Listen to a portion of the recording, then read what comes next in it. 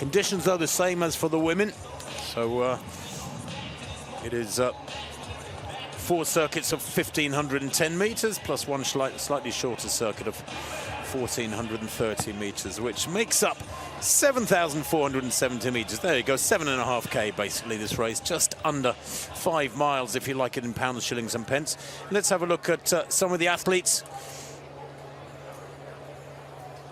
Well, the Danes usually put up a strong team, as do the Spanish, although Indicum Winayo is probably the best of the Spanish squad. Rory Leonard will perhaps be the leader of the Brits when they get out onto the course. Brian Fay, Guide, McElhinney will all run proudly in those colours of the Emerald Isle. The Italians, Chiappinelli, watch him with his teammates too. Burash and Miera of Norway. And then Jose Carlos Pinto, he's expected to place as highly as any of his teammates in this one. The host nation athletes, of course, all running with just a little bit more incentive, perhaps, to do well. So let's take a look at those best athletes. There is Pinto, lovely fella, speaks perfectly good English. He won the national title here 3 weeks ago.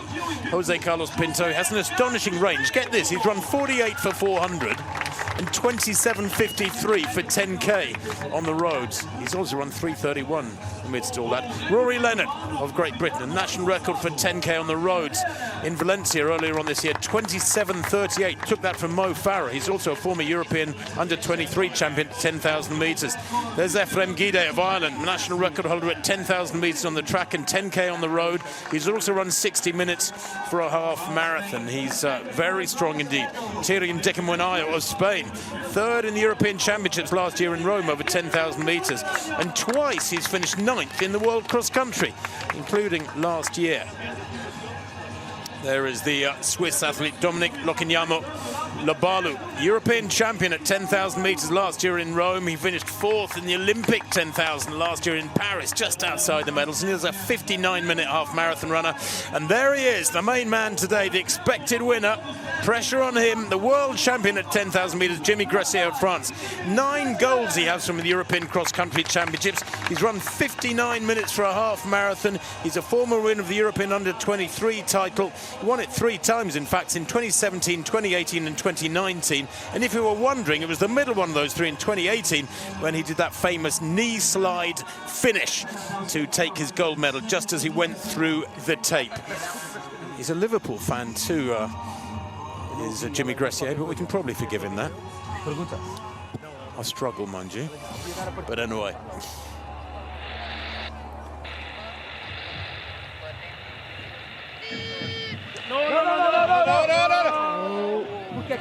And a full start in the final race of the day. I think there was perhaps a fan horn going off on the far side of the course.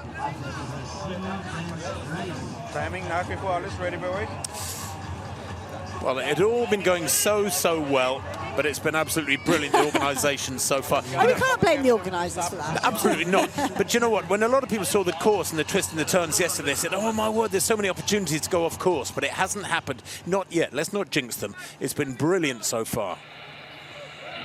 Here we go. The men's race. Final race of the day.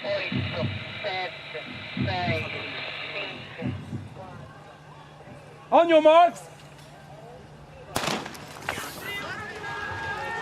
Away they go then. And this field of 88 starters charges up the opening slope. Gracier to the right of picture in that white of France in the dark glasses, one of the shorter men in stature, but a pushing and shoving there going on amidst the Spanish squad as they try to battle for good positions, and you can see the way that field suddenly squeezes down as they get over the first couple hundred meters and into the sandy surface of this long upslope at the beginning of this first of 5 laps. The Gibraltar squad, well, I think I saw a 51-year-old in the Gibraltar squad. It's more of a symbolic representation here from the Gibraltar athletes, with all due respect, than a truly competitive hope that they set off a minute or so ago with. Well, we saw one faller off the line there. I think it was an Italian vest, which reminds me, forgot to even give credit to Megan Keith. She fell at the start of the women's race and still came through for that silver medal. I kind of, she looked so comfortable throughout the race, almost forgot that happened. The Gracier Rubens Querejon here in this race. He was the winner at the Belgian trial. He guested at that trial, beat Isaac Kameli there, the world medalist over 5,000 metres. It has shown he's in fantastic form. He's a bronze medalist back as an under-23 back in 2021. But really flying the flag for Luxembourg. And I think he's got a Belgian behind him as well. And they almost shared a smile at the top of that first hill to kind of say, all right, we've both stuck to our race plan we've been given. But it's a shame not to see Isaac Kameli here. He picked up an injury just in the last few weeks, and I think that could affect the Belgian team hopes as well. They were on the podium last year with a silver medal, but Verheyen doing his best to give the Belgians a chance there. But these two going pretty aggressive here in this first lap. Ruben Querejon of Luxembourg then, leading from Verheyen. Edson Barros in third place in that red and green of the home nation. Portuguese packing pretty well up at the front end of this one. It's a big field and they're shifting, thankfully, so quick up at the front end that it has stretched out pretty well further back through the 30s and 40s. Didn't see Jose Carlos Pinto just yet. The best Spaniard that's up there, I think, is Elkefen, and Daniel Arce is there too. Rory Leonard is right up there too. He's up in the top 10. Beattie of Great Britain looking okay. Scott Beattie was 9th in the World 5K back in 2023. Coached by Andy Hobdell, who's got a big squad, does a wonderful job does Andy Hobdell, and he was the winner of the British trials in Liverpool, some 3 or 4 weeks ago. Scott Beattie, a 27-year-old, so he's doing well, just tucked in there in 4th place. Don't know how significant it is that we've got 3 steeplechasers in the top 3 here, Querejon, Barros and Arce. And I've said before, I do think that skill set, breaking your stride and being able to regenerate that momentum, that makes you a good steeplechaser as well. And Arce, he took a big fall in Tokyo, bashed up his knee, hurt his wrist, and sort of limped off the track there in Tokyo at the World Championships. And it's been a kind of rebuild into form for him. And he's had a good cross-country season, but I wouldn't say this good to be pushing at the front, just at such an early stage here at a European level. But he's a very experienced athlete. I don't think he'd be doing this without something he's seen in training sort of backing up this tactical decision. Well, I know, but you know what? You have to control that rush of blood to the head, and we've hardly seen anybody today go out this early and come back in the lead as well at the business end of the race. So Arce here, well, he has gone up pretty hard, and he gets a nice run at all these corners. 3:58 after the first of the 5 laps. Barros and Strunstrom of Portugal and Sweden, respectively, in 2nd and 3rd. Querejon in 4th. Scott Beattie up into that 5th place now. Querejon of Luxembourg, and that red and blue strip. Pinto is there as well now. Pinto, the Portuguese man, will be getting massive support around this course. And that's one thing you have to control, is the adrenaline you get every time you pass a crowd of supporters roaring at you. Just keep it in check. Just keep your powder dry. Just run nice and steadily and sensibly for the first 10 minutes or so. Get into the rhythm of the race, so as much rhythm as you can generate on a course like this, and you get a pretty good sense of how well you're going to run. I always found that in cross country, in the first 5-7 minutes, if you're cruising along feeling okay, it builds your confidence. You tell you're having a solid run. It was interesting in the press conference, wasn't it, when Pinto said he did very well in the exhibition event here, and he sort of said, the tactics were to get to the lead and stay in the lead because it's so twisty and turny, but that's not what Pinto's been able to do today. And I think maybe that's all very well on paper when you manage that maybe at a domestic race, or I think they had internationals invited to that Portuguese Championships, but then suddenly you come to European level, that start line is just ramped up another level. And Pinto, he's done it now. He's got himself up towards Barros, his teammate. But the way he was talking yesterday, it sounded like he would have wanted to be there earlier. Sundström of Sweden up there now into 3rd place, looking pretty strong. And that's aggressive running from Sundström. He wasn't on my list of likely to names, but nobody has really grabbed the bull by the horn, so to speak, with 5.5, 6 minutes on the clock, because that's a big pack. I mean, there's 20 men within a couple of seconds. You know what Sundström is, Tim? He's a steeplechaser.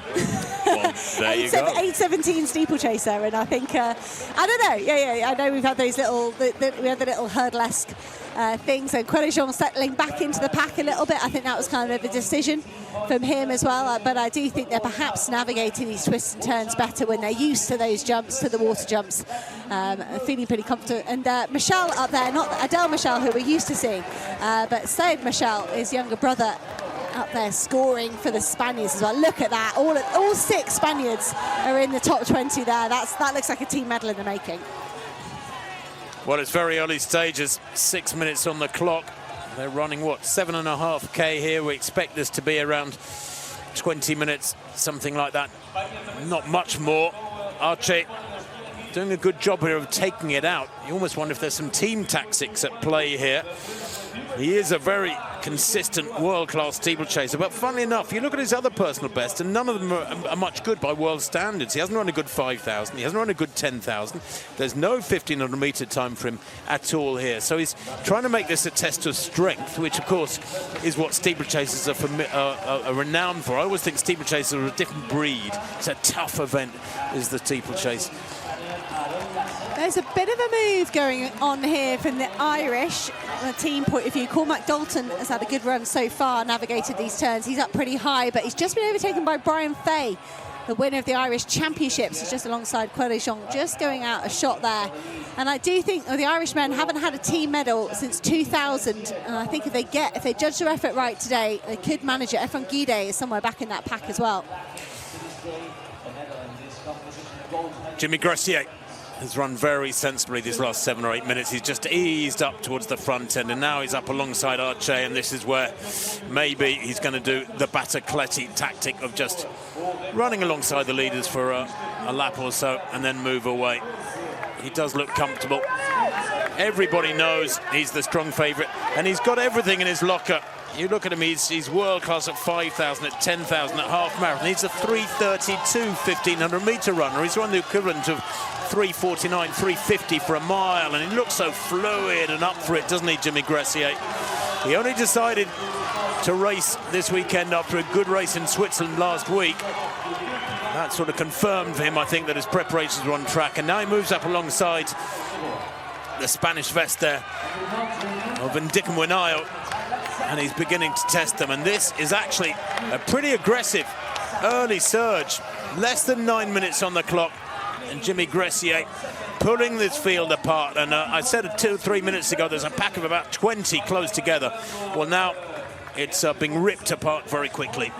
I think from that graphic there, it is spreading out now with Ndickum Winayo and Gracier, but you look for that opening 8 minutes or so, 10 seconds covering the top 30, and that just shows you how congested it is there with this tight course. The Spaniards, unsurprisingly, absolutely dominating the team competition at the moment. They're only on 10 points for their 3 scorers. France and Portugal very closely matched with 33 and 34. Britain in 4th place at the moment with 49 points. But look at this Spanish charge, just a sea of Spanish vests there in the top 15. But it's only now these two have gone to the fore that we're just spreading out the field somewhat.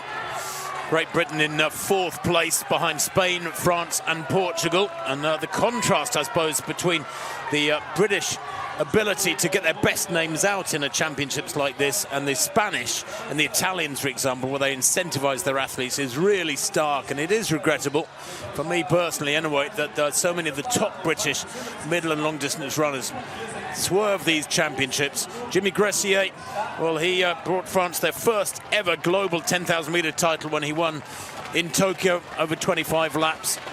He is the real deal. He does it on all surfaces, and it's good to see him supporting a championships like this. Brings a little bit more spotlight onto the racing weekend, the racing on this Sunday, as he builds up a lead now. He's dragging Ndickum Winayo. He might be doing the Spaniard a favour here. The 28-year-old Thierry Ndickum Winayo is an allegiance transferee from Burundi, lived in Spain since 2016, but he's been dragged well clear of the rest of them here, and that gap between this pair and the pack is growing all the time. And Gracier, well, he's not the tallest of characters. He's quite small. He's sort of like the Lionel Messi of long-distance running. Low center of gravity, and he's easing around these corners with consummate ease. And there was a look behind there from Ndika Mwanayu, and I mean, that only means one thing to me. He's making a decision here. Do I stick in and stretch myself a little bit more, get myself further ahead from that pack? You don't look behind 11 minutes into nearly an 8K race unless you're hurting. And Gracier looks absolutely imperious. It doesn't look like he's out of breath at all. It just looks smooth. And I love looking at this European Championships as a breeding ground for later success. And I mentioned Batacletti going through to Olympic medal, 2 World Championship medals. And Gracier has been so present here at the European Championships through the age groups. So to see him win that world title in Tokyo, I think over 10,000, it's such an advert for this Championships, being a great place to develop European talent. Well, Gracier asking all the questions here. Only Ndika Mwanayu is capable of going with him. Otherwise, he would be building up a massive lead on the entire field.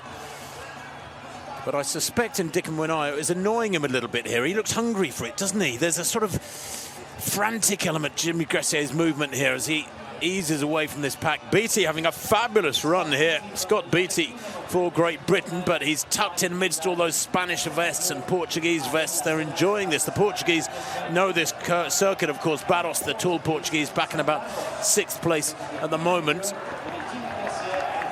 And what's the gap behind these two? About 30 or 40 meters, maybe a little bit more. The others are all desperately trying to keep them in sight, but it's one of those courses where if you get a gap of more than about 30, 40 meters, you seldom see the people in front of you. I mean, you've done much more high-level cross-country than me, Tim, but if you're Ndika Mwanayu here and you're on your limit, which you might not be, but do you dig in for another lap and use Gracier to pull yourself away from the others, or is that too risky? Because if you overcook it and then you get super tired and you're vulnerable behind, I wonder if that's looking over the shoulder from Ndika Mwanayu saying, can I take a risk? Have I got enough of a buffer to hold on to the silver, or do I need to start playing it safe earlier? Because this group is so strong and they've got each other to help each other.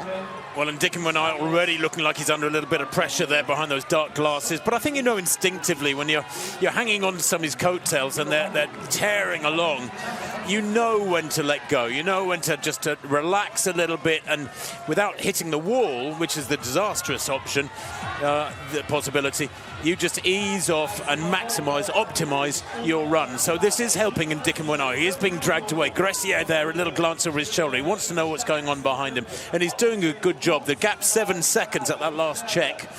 The penultimate, the second lap was 4:33 here today. Gracier has just run a 4:24, so no wonder they're all struggling in his wake, apart from Ndika Mwanayu in those Spanish colours, because he has accelerated 9 seconds, and that's a massive improvement over the previous lap.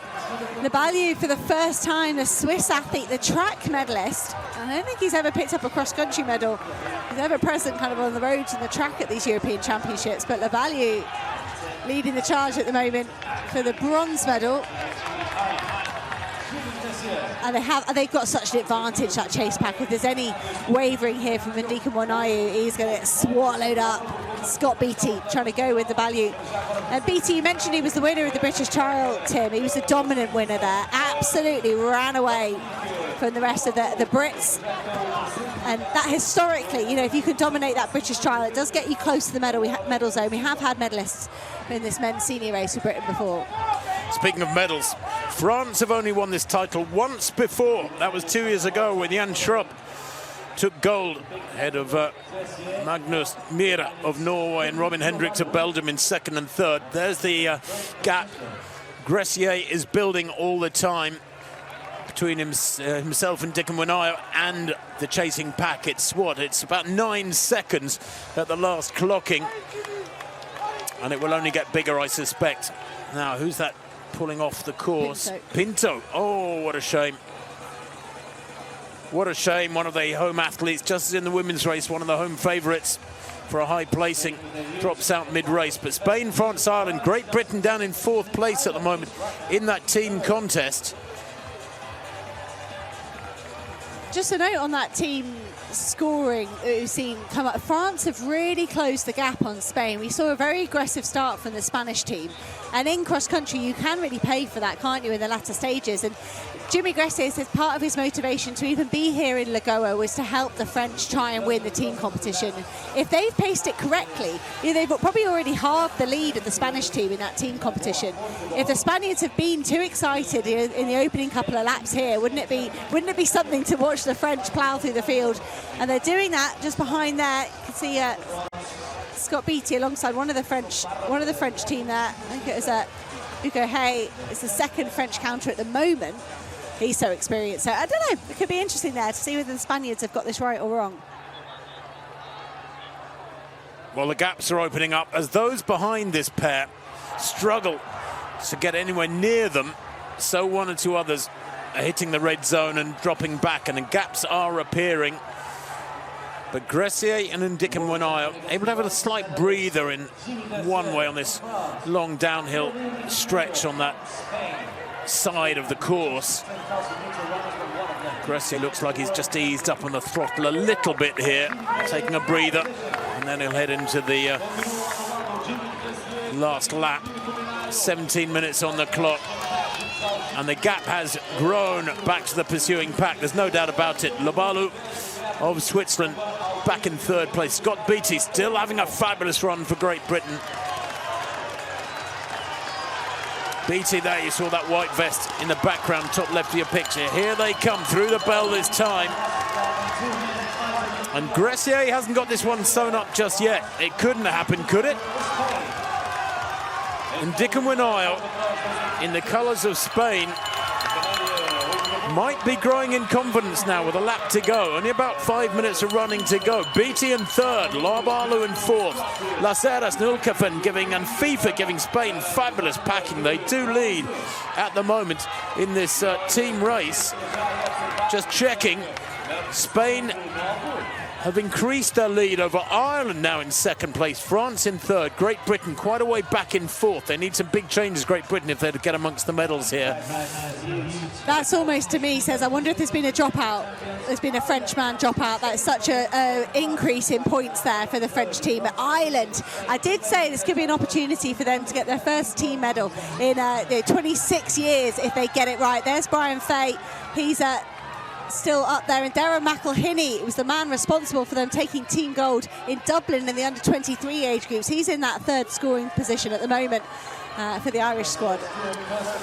Yeah, Barros of Portugal has dropped back to 9th place. Canan Jean of Luxembourg is in 10th. Brian Fay 11th. Cormac Dalton of Ireland 12th. The Irish having a fabulous race so far. Sundstrom of Sweden is in 13th. Heymans of Belgium 14th, and rounding out the top 15. In fact, Heymans it is in 15th place, ahead of Atamanyuk of Ukraine, who's having a great run. But Jimmy Gracier not having things all his own way. By this point in the women's race, Batacleti was gone.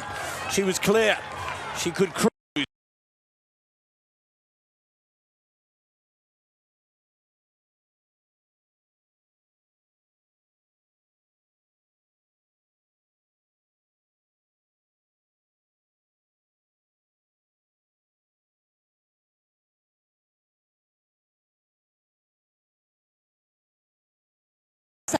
From Lobalu, so there's been some big moves up that hill, and look at this, and Ndickamwanayo alongside Gracier. If Gracier was feeling good, Tim, do you not think this would be the stage, the world 10,000 metre champion? He'd just be going. He wouldn't be looking back.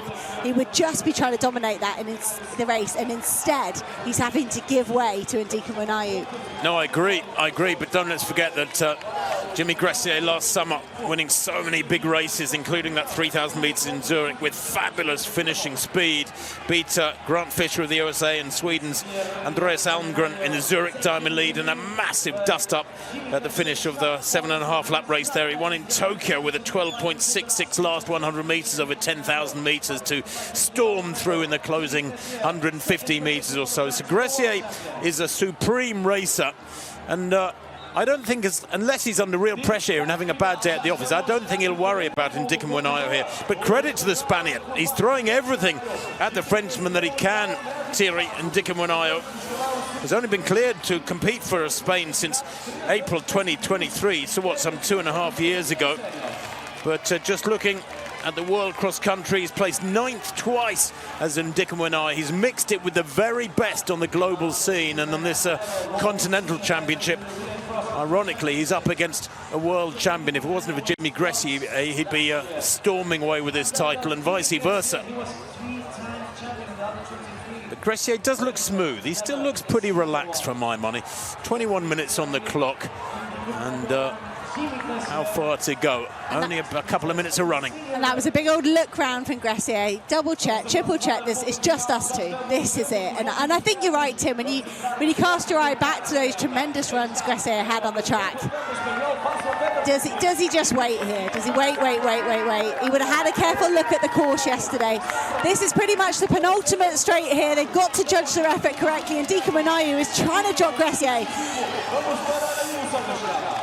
Jimmy Gracier is the consummate finisher, and Ndikamwenai will know that full well, but he's giving everything to the Frenchman he can.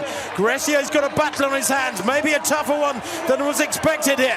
The Spaniard leads by half a metre from Jimmy Gracier. The penultimate left-hand turn here. It's all going to be down to the last 100 metres. They turn here. Is it going to be Ndikamwenai taking gold for Spain as Gracier stumbles on the grass? And it is going to be gold for Spain. The biggest upset of the day, perhaps, in the final race. Gracier walks across the line there. Was that stumble critical? Surely he knew that the finish was so short that he had to get it right, but he didn't. And here comes Lobalu against Scott Beattie of Britain. Is it going to be bronze for Britain? I don't know. I don't think it was. I think maybe it was bronze for Switzerland. They're very tight indeed. It's going to be down to a photo finish. O'Leary 5th for Ireland, O'Culfin in 6th, Caranjo in 7th, Sundstrom 8th, Las Heras, and look at it's the Irish, Fay and Dalton there in 10th and 11th by the looks of things. Brilliant finishing, but Ndikamwenai timed that finish to absolute perfection. How ironic when one of his compatriots in the under-23 race earlier on just misjudged it. Remember Nick Griggs storming to gold ahead of Aurelien Raja. I think that was the race I'm thinking of, or was it one of the others? But there was a race earlier on where the it was in the under-20s. Excuse me, yeah. Willem Renders coming back and just beating Gaetan of Spain in that under-20 race. It was only 13 minutes of running. But wow, and Ndikamwenai making no mistake there. That was fantastic. He matched the favourite Jimmy Gracier stride for stride through the entire race, and he got it right. He backed himself and he judged it right. I think Ndikamwenai, like, brilliant race, didn't put a foot wrong. I think Gracier got his tactics perfect, and it was just that stumble with you can't recover. Was it a stumble? I think it's a stumble. I don't think you can recover from a stumble 30 metres out. I was watching it in real life, not on the screen. That's just a pleasure you like to take if you're not calling the end of the race. You can watch it in real life, and the momentum for me was all with Gracier, and then just at the last minute with that stumble. But hey, that is the beauty of cross-country running, and that's why you've got to run the race. We'll have a look back here at about the last 200 metres or so. Gracier at this point just sort of parallel to the finishing straight. He tried to get past Ndikamwenai. Ndikamwenai, fantastic positioning. He's put himself on the inside. He's running the shorter line. And just here with 40 metres to go, Gracier catches his toe just in the final stages. I think he was ready to launch a final punch there into the finish line. I think he left it too late anyway. I think that was really risky, thinking he could out-kick him by... He had a go, though, about 150 metres before. He had a go, and Ndikamwenai protected it. So then he had to wait. Yeah, I think he caught his toe. I think he just lost his momentum about a step or two before. But we don't know he would have made it.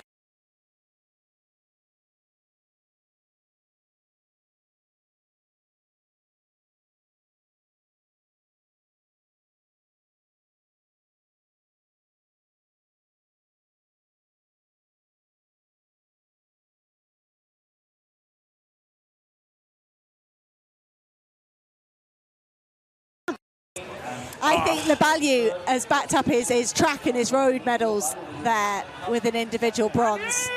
But Gracier, yeah, he's won the World Championship 10,000 metres, but he hasn't won this. And he hasn't won a European title. In that World Championship 10,000 metres, Ndikamwenai was 9th. Yeah. And this is why you have to run the races as well. So many people, and he was the poster boy for this for Gracier when he committed to running, 9 days ago. Everyone, oh, brilliant, that's it. Now we haven't got Jakob Ingebrigtsen, but we have got Jimmy Gracier. And then Deacon Wanayo's just put together a masterful race. And as you say, Tim, it's, it was risky to not be in the lead. You think back to those track championships and someone like Cole Hocker getting DQ'd in the 15. So it's risky. Why are you putting yourself in that position? You're right. Jimmy Gracier should never have left it to the last 30 or 40 meters. He should never have been on such a fine margin. He should have gone earlier, if he could have. There's a lot of cross-country purists would say it is very unusual and not ideal to have a sharp turn 25 meters from the finish line. I've never seen it before. I mean, literally, it's unique in my experience in 45, 50 years in this sport. So harsh on some athletes, perhaps, but they all knew it was there. It is the same for everyone. And Deacon Wanayo eventually winning as Jimmy Gracier chose to stroll across the line by 3 seconds. Dominic Labalu is confirmed as bronze medalist for Switzerland, the same time as Scott Beattie. Brilliant run from Beattie, but couldn't quite get amongst the medals. And Ireland had Jack O'Leary in 4th place. Spain, though, take the team gold from Ireland, 16 points to 26. France, the bronze, 37. And Great Britain in 4th, a bit further back with 49 points. And then a bit of a gap back to Portugal in 5th, Norway in 6th. That's a great run from the Irishmen. They've taken a team bronze all the way back in 2000. That's their best ever team result.